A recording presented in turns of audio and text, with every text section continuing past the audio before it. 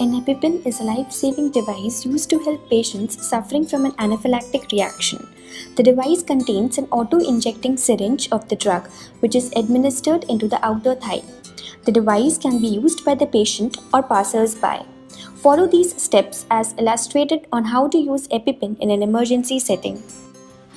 Can you spot any mistakes in the photo above? EpiPens are easy to use and clear instructions are printed on the packaging and the device. However, it is still possible to make mistakes when using an epinephrine auto-injector. Let's take a look at the two mistakes here. While using EpiPen, remember blue to the sky, orange to the thigh.